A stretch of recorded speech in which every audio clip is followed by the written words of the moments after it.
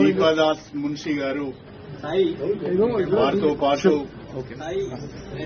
AICC సెక్రటరీలు చౌదరి గారు, విష్ణు గారు, ఏఐసిసి ప్రతినిధులుగా, పిసిసి ప్రతినిధులుగా సోదరులు మల్లు రవి గారు, సోదరులు సంపత్ గారు, సోదరులు డాక్టర్ సత్యనారాయణ గారు, రోహిత్ రెడ్డి గారు, వీళ్ళందరూ కూడా ఈరోజు మా ఇంటికి రావడం జరిగింది. వారందరూ కూడా అటు ఏఐసి నుంచి ఏఐసిసి నుంచి ఇటు పిసిసి నుంచి మీరు పార్టీలోకి రావాలి, తెలంగాణలో కాంగ్రెస్ పార్టీని బలోపేతం చేయడానికి మాతో కలిసి పనిచేయాలని చెప్పి ఒక ఆహ్వానం నాకు ఇచ్చారు.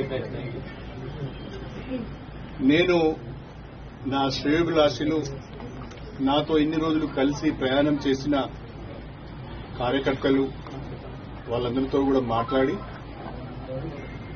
త్వరలోనే నా నిర్ణయాన్ని చెప్తానని చెప్పి పెద్దలు దాస్ మున్షి గారికి తెలియజేయడం జరిగింది.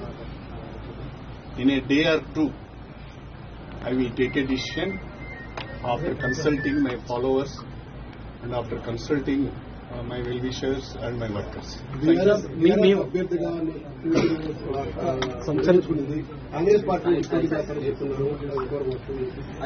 ఇంకా కాంగ్రెస్ పార్టీలోనే చేరలేదు. అప్పుడే కాంగ్రెస్ పార్టీ అభ్యర్థిగా పోటీ చేస్తామని ఎలా చెప్తారు? కాబట్టి yet I have not taken a decision. పోటీ చేసే అవకాశం ఉంది. I have to take a decision first.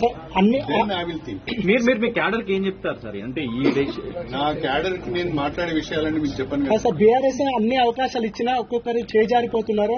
కేకే విషయంలో కానీ మీ విషయంలో కానీ అంటే ఏం జరుగుతుంది పార్టీలో? For various reasons, party is losing ground. For various reasons, people are moving away from BRS.